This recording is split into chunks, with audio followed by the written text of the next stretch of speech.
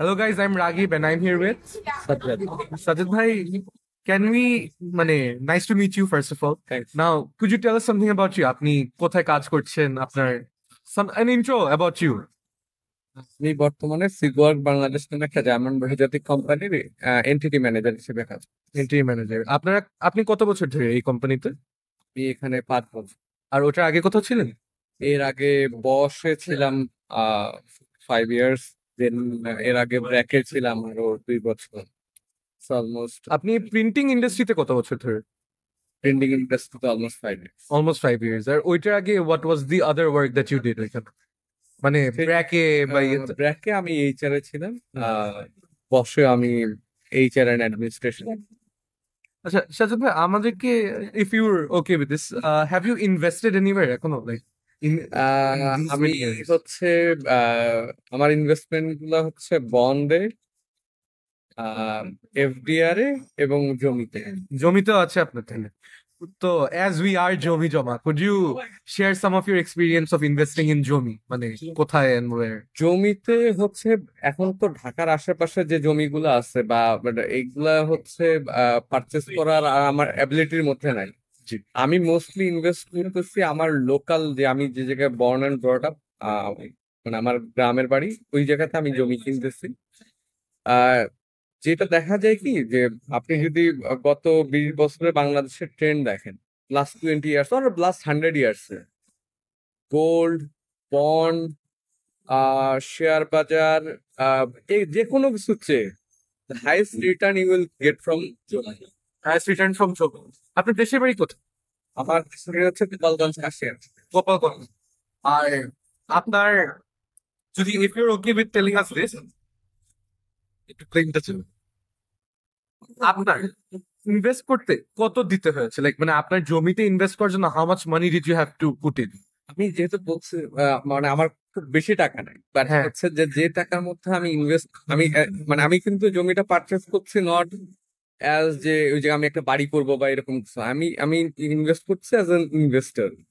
তো আমি জমিগুলা কিনছি, কোনোটা 5 লাখ, কোনোটা 10 লাখ, কোনোটা 15 লাখ। এই টাকার মধ্যে ঢাকাতে অ্যাকচুয়ালি, ঢাকা বা আশেপাশে নারায়ণগঞ্জ বা আশেপাশে এলাকার মধ্যে I can't afford a land. Hmm.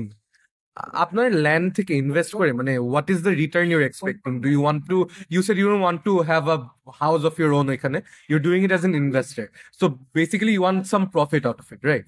And so আপনি যদি গত 100 বছরে বাংলাদেশের ট্রেন্ড দেখেন, মানে বাংলাদেশ সব ভারতবর্ষ, গোটা ভারতবর্ষে যেটা যেটা ফান্ডামেন্টাল ইস্যু, যেটা মানুষ ঘন, পপুলেশন ডেন্সিটি অনেক বেশি। বাংলাদেশে কিন্তু জমির দাম এই জন্য বাড়ে না যে এই জায়গায় lot of investment is coming from the foreign land. বাংলাদেশে জমির দাম যে কারণে বাড়ে, যে এই জায়গায় জনসংখ্যার ঘনত্ব এবং অনেক বেশি। সো পপুলেশন যদি জেনারেল, যে আমাদের ফার্টিলিটি রেট 1.34, সেই রেটেও যদি বাড়ে, তাতেও বাংলাদেশের ঘনত্ব, মানে আপনি প্রতি 20 ইয়ার্স পর পর আপনি ডাবল চিন্তা করতে পারেন। কারণ আপনি 1971-এ আমাদের পপুলেশন ছিল কত, 7 কোটি সামথিং। 2025-এ এখন কত, অলমোস্ট 18 crore, মানে মাল্টিপল করে ডাবল, মোর দেন ডাবল। মোর দেন ডাবল। এবং 1971-এ আমরা এখন যে গুলশানে বসে আছি, আপনি যদি জিজ্ঞেস করেন যে কাউকে যে এই গুলশানের জায়গার দাম কত ছিল, তা আপনি হয়তো এমনও জায়গা পাবেন যেটা 100 টাইমস, মোর দেন 100 টাইমস বাড়ছে, 100 টাইম, 1000 টাইমস 1000 টাইমস বাড়তেছে। বাড়ছে। এর কারণ হচ্ছে এই যে গুলশানে কি খুব বেশি ইনভেস্টমেন্ট হয়েছে? কয়টা হাই রাইজ, মানে কিছুই হয় নাই। মানে গুলশানে কিন্তু আজ থেকে 40 বছর আগেও কিন্তু কিছু ফ্যাসিলিটিস ছিল, গুলশানের জন্য অন্তত ছিল। তো বাংলাদেশে যেটা যেটা হয়েছে, যে বাংলাদেশের জমি জমার দাম বাড়ে এই কারণে যে পপুলেশনের ঘনত্ব বেশি। এই জায়গার যে গ্রোথ রেট, যদি আমরা যেটা ধরে নিচ্ছি মানুষ বাইরে চলে যাচ্ছে, কিন্তু কত পার্সেন্ট যাচ্ছে? কিন্তু হাইয়েস্ট নাম্বার অফ পপুলেশন কিন্তু এই জায়গায় এক্সিস্ট করতেছে, যেটা থাকতেছে, যেখানে তারা বসবাসের জন্য হইলো এই জায়গায়।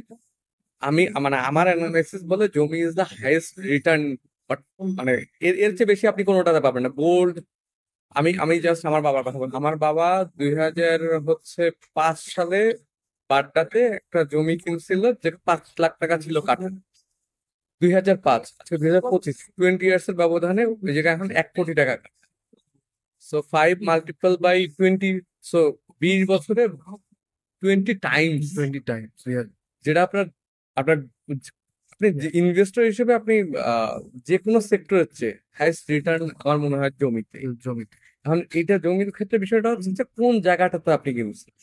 যদি যেমন এখন যেমন যাদের the people who have a lot of money তারা ইনভেস্ট করতে পারে, কিন্তু যাদের মানে ধরেন অনেক বেশি টাকা নেই তাদেরও আমার আমার মনে হয় যে আহ যেই জায়গাটাতে সে জমি কিনতে পারবে, সেটা বরগুনা হোক, পটুয়াখালী হোক, সৈয়দপুর হোক, সেই জায়গাটাতে ল্যান্ডে মানে আপনার টোটাল ইনভেস্টমেন্ট পোর্টফোলিওর হাইয়েস্ট এটা থাকা উচিত জমি। জমি।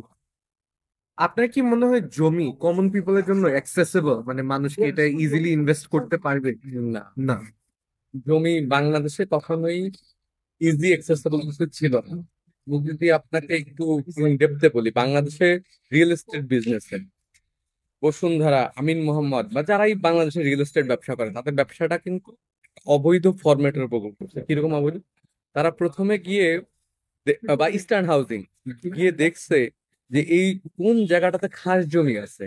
তারা ওই খাস জমিটা বিভিন্ন সরকারি লোকজনের সহযোগিতায় রাজনৈতিক প্রভাব দিয়ে ওই খাস জমিটা প্রথমে দখল করছে। আফটার দ্যাট তারা কিছু ইনভেস্টর এনে আশেপাশে দিয়ে কিছু জমি কিনছে, এবং পরবর্তীতে তারা আশেপাশে যারা জমি আছে ওই ওনারদেরকে চাপ দিয়ে, ক্ষমতা দিয়ে হোক, Pressure দিয়ে হোক। প্রেশার দিয়ে হোক, ওই জমিগুলা তারা দখল করে নিছে। খুব মনোপলিস্টিক হয়ে গেছে। মনোপলিস্টিক। সো রিয়েল এস্টেট ব্যবসায় কিন্তু বাংলাদেশে আমরা রিয়েল এস্টেট বলতে ফ্ল্যাট বুঝি, মানে প্লট। আপনাদের কি আপনি কিন্তু দেখবেন যে বাংলাদেশের টোটাল এই সার্কেলে এই ভূমি ব্যবস্থায় কেন মানুষ বিসিএস দিয়ে এসি ল্যান্ড হইতে চায়, কারণ ওই সেক্টরে ল মানে পাবলিক ফাংশনে, কারণ বাংলাদেশের জমির উত্তরাধিকারের যে ফরম্যাট বা যেই সিস্টেমে আমরা ওনার হয়েছি তার মধ্যে অনেক ল্যাকিংস আছে, এবং এই সেক্টরটা মোস্ট পলিউটেড করাপ্টেড সিস্টেম। এই জন্য মানুষ এই জায়গায় কখনোই আস্থা পায় না। ঢাকা শহরে যত মানুষ জমি পাইছে তার দ্বিগুণ সংখ্যক লোক জমি পায় নাই। তারা কিনছে, বিভিন্ন রিয়েল এস্টেট কোম্পানির টাকা দিছে, বিভিন্ন লোককে টাকা দিছে, হয়তো লোন নিচ্ছে। হ্যাঁ, আওয়ামী লীগের একটা লোক এসে দখল করছে, বিএনপি যে যখন ক্ষমতায় ছিল আর কি, তারা দখল করে নিছে। জমি মানে এটা খুবই কঠিন ব্যাপারে, মানে এটা মানুষ বিশ্বাসই করতে পারে না যে আমি টাকা দিলেই জমিটা পাবো। এই কারণে শুধুমাত্র যাদের টাকা ছিল, ক্ষমতা ছিল, তারাই ইনভেস্ট করছে এবং তারাই হাইয়েস্ট রিটার্ন পায়। মানে ক্যাপিটাল মেক্স মোর ক্যাপিটাল, ক্যাপিটাল বিগেস্ট ক্যাপিটাল, যেভাবেই বলেন না কেন, মানে এইটাই হয়েছে বাংলাদেশ।